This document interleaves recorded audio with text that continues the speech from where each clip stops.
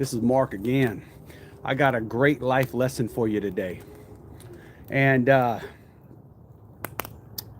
as always, the life lessons are drawn from my own life's experiences. But I want to share something with you today that may help you. You know, they say wisdom comes from experience, and experience comes from making bad decisions. I've certainly made plenty of bad decisions, and most of them, believe it or not, have affected me. And the name of this little message today is Don't Play Yourself. You know, sometimes we think we're playing other people, but in reality, we're just playing ourselves. Let me give you an example.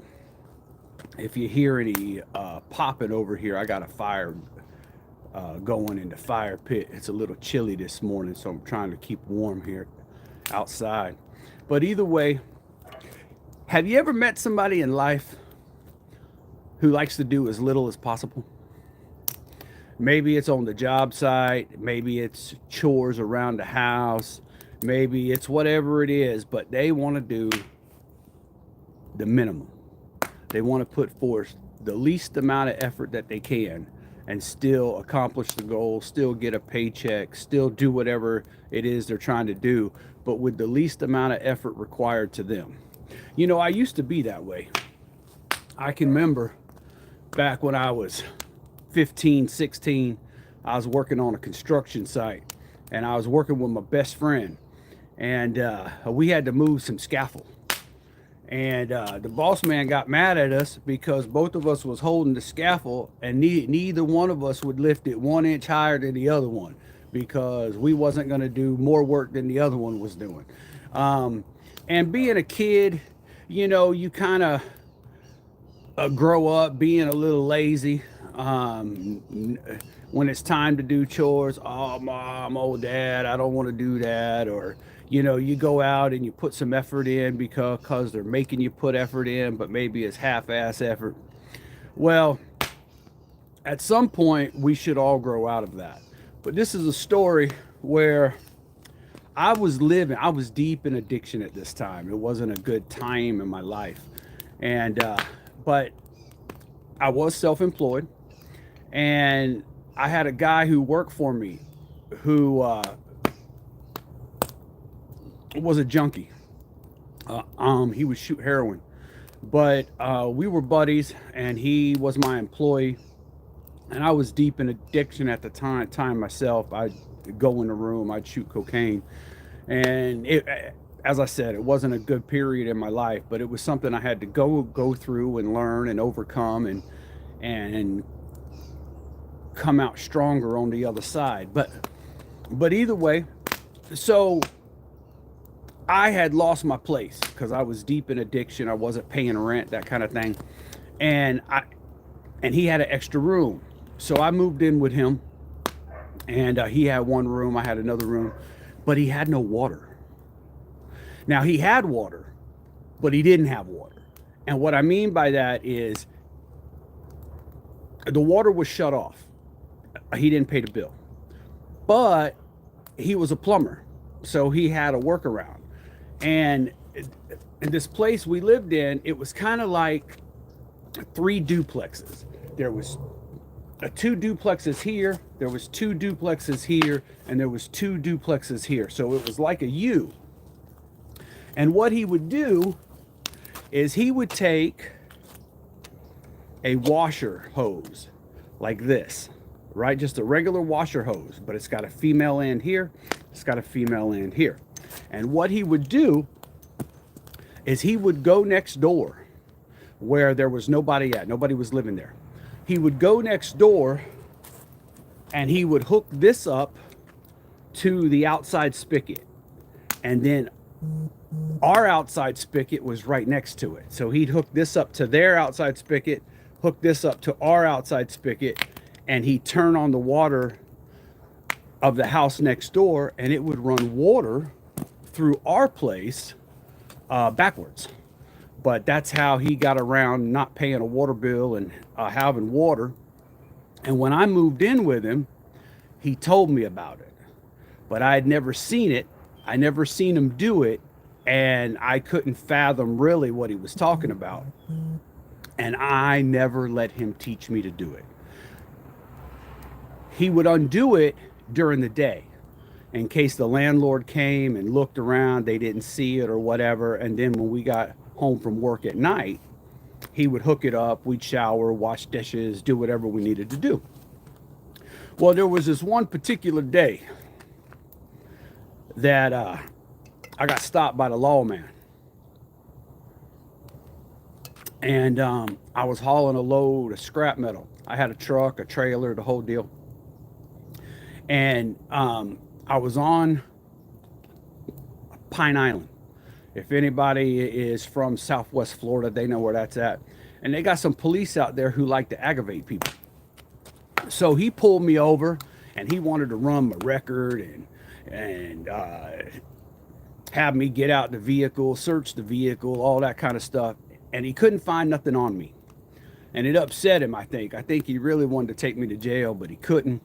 So then he turned around and he asked my passenger, which was the dude that I was roommates with. He asked my passenger, who was sitting there doing nothing. He said, "You got a license?" And he said, "Yeah." He pulled out his license and he handed it to him. The problem was his license was suspended. And in the state of Florida, if you have a suspended license, you can't even have possession of your license. But he got an unemployment check, and he would use his license to go down to the bank and cash his unemployment check. So he used his license for ID. He wasn't driving. It didn't matter. Dude took him to jail. And what was worse is the guy was on probation. So now, as most of you know, if you go to jail and you get rearrested, and when you're on probation, they deny your bond. So he's stuck in jail, and I go home that night, and I don't know how to hook up the water because I never let him show me, because I figured if I never learned to hook up the water, he would always have to do it, and it would be one less thing I would have to do. So while I was trying to play him, I turn around and got played because I was stuck with no water. And I remember at the time I had a truck with no headlights, right? Had no headlights, had no lights on it at all. I could drive the truck during the day, but I couldn't drive it at night because I didn't have brake lights, I didn't have headlights, I didn't have tail light, I didn't have nothing. So I ended up, when I got home from work and wanted to shower and realized I didn't have no water and I didn't know how to turn the water on, what was I gonna do? I had played myself.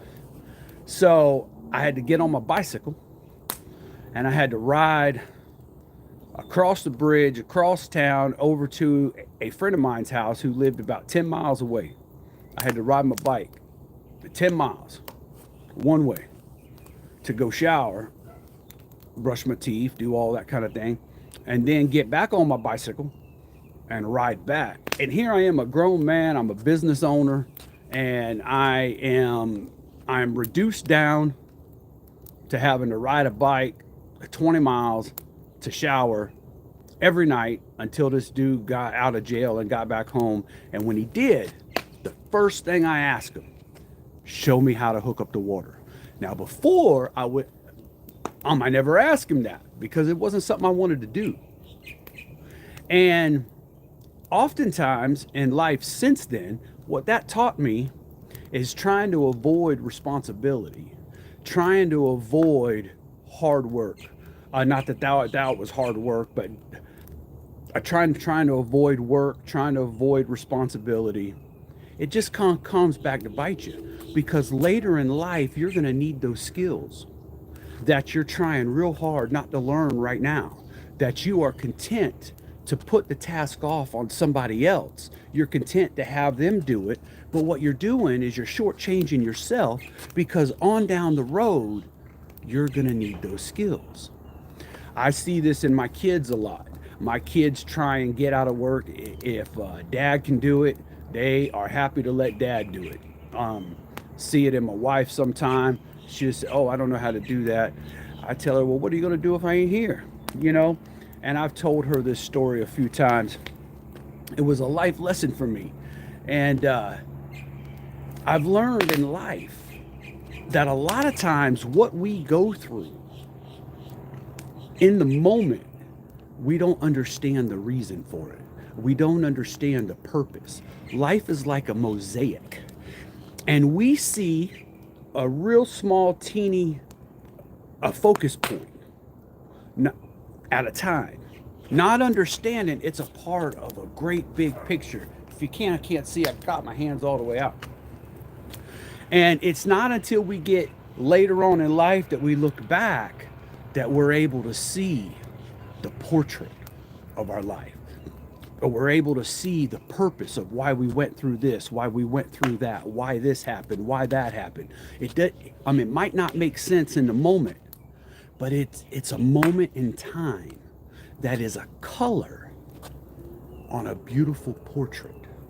And as we get further along in life, we can look back and see that all of our experiences have worked together to make us who we are, or what we're supposed to be, or whatever. Now, I'm not advocating doing wrong with the water. I'm not telling nobody to go and do that. I'm just simply saying this was the situation that this guy was living in. And when we became roommates, I never learned to do it because I didn't want to do it. Then came a time in life where he wasn't there, and I didn't have the necessary skill because I avoided learning it. So maybe that helps somebody today. Maybe you can look around and put a little extra effort into helping yourself. Everything you learn will cause you to be able to earn. Think about it. All right, so let's see here. Got these messages. A lot of people are telling me hello. I say hello to everybody. Somebody says hijacking the neighbor's water is not a good skill. Stealing water or electric is a crime. Hey, I agree with you. It wasn't something I was doing. That's why I didn't want to do it. But again, this video isn't to advocate or to teach. It's just to teach a life lesson. That's how life taught me not to be lazy. That's how life taught me to put the extra effort in. That's how life taught me not to avoid learning something new or doing a hard thing or taking responsibility. And I just wanted to share it with y'all. So I appreciate y'all today. Click like and subscribe. I got a bunch of merch links in the description. And as always, I appreciate you.